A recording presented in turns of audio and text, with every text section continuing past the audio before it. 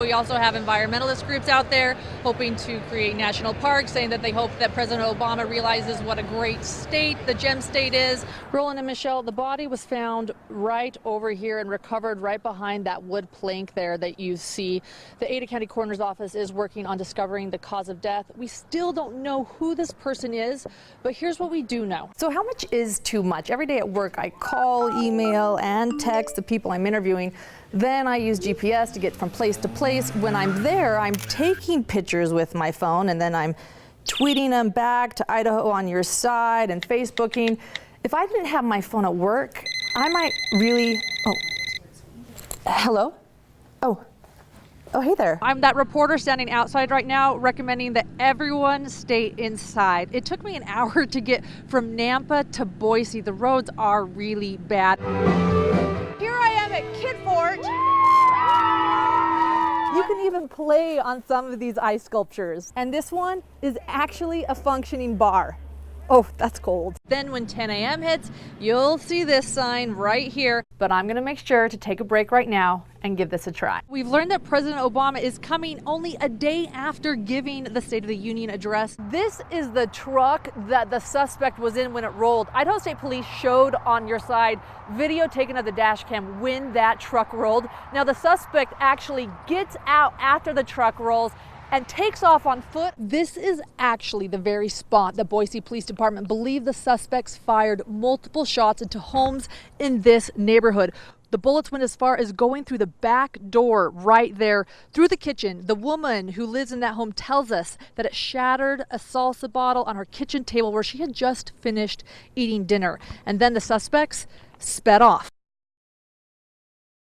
I shouldn't be judged by what's between my legs. DW says she always felt different. When people called me he, I would insist that I was a she. Her father, Tim, saw the same things. Every time I turned around, another Barbie doll would show up. I don't even know where they kept coming from. That wouldn't seem so odd to a dad, except that Tim thought he was raising a son, a little boy.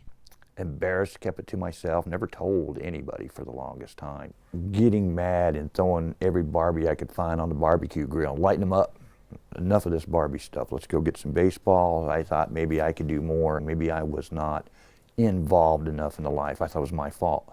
It wasn't just Tim who fought what he thought was just a phase. Growing up in a small Idaho town, when DW tried to grow her hair out and wear girl clothes, she was bullied. They would beat me up. They would call me a faggot. They were brutal there to me. They told me that I wasn't allowed to wear my girl's clothes. I went home to my mom and I cried. I wouldn't eat. For days, I was just devastated. Some told DW that she was simply gay. It would be gay for me to like girls, because I am a girl.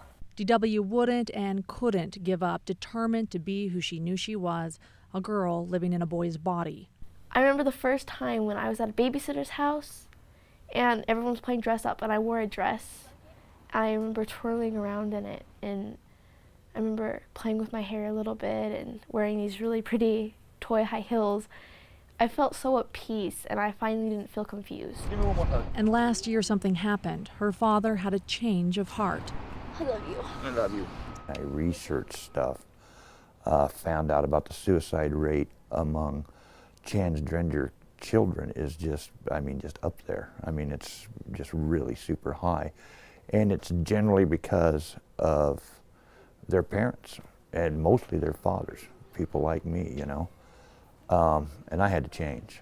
I'm 100%, biological boy, but I have the brain of a girl, so I think like a girl. You almost have to have a funeral for your son and like a new birth of a daughter. Yeah, okay. The family moved to Boise, the city, to get DW away from the bullies and start fresh, registering her for the first time as a girl in her 6th grade class. I don't have a son anymore, I have a daughter. I don't think, there's anything about me that's a boy by what everybody else says is a boy. As DW prepares for junior high, she seems to have a strength and a determination unusual for a child her age. You will most likely have lots of bullying. People will judge you and treat you wrong. I know, it sounds scary. But look, I know it sounds easier said than done, but if you just smile through it and love yourself, you will make it through the tough times. Her father worries, knowing what DW's experienced and the unknown ahead. But the determination of his little girl helps him know they can move forward together. I'm past the point where D-Dub is transgender. She's my daughter, and she's an amazing daughter. Lots of changes to go through. I know. Lots of fears, lots of joys. I'm not scared at all. I'm not scared. I'm not scared at all. I'm not scared of us. I'm scared of the other people out there that don't understand. I am not scared about the people that don't understand, because I'm doing this so they will understand. And if they don't understand, then they're not listening. Yes, they are actually trying to recover the body right now. Take a look here. A lot going on right now. Boise police are here, and the Ada County coroner also just showed up. They're trying to figure out, working with Boise police to try to figure out the cause of death for this body. Right now, police are here on the scene. We're near Rose Hill and Shoshone. Police say a passerby saw what appeared to be a body submerged in the canal.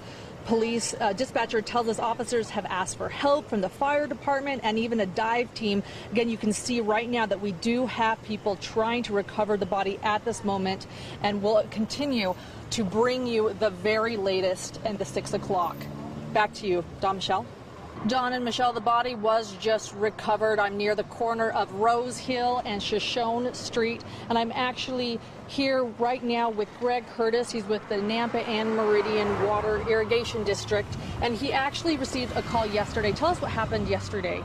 So yesterday we received a call from the Boise Police Department explaining that there could possibly be a missing persons that last was located along the Reidenbach Canal upstream from here. And then what happened today as you heard this information?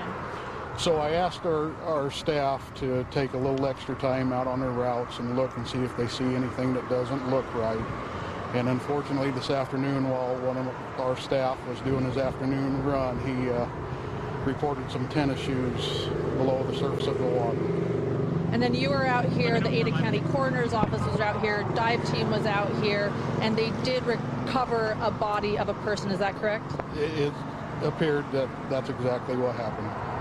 And anything else you can tell us right now? I'm sure this is not something that you wanted to be doing today. This is always the last thing any of us wants to encounter in one of our canals. We work around them every day. We pull a lot of items from the canal, a lot of debris, but the last thing we ever want to see is a body. And unfortunately, that appears to what happened today. Thank you, Greg, for the information. We'll continue bringing those updates to you. Back to both of you in the studio. Don Michelle.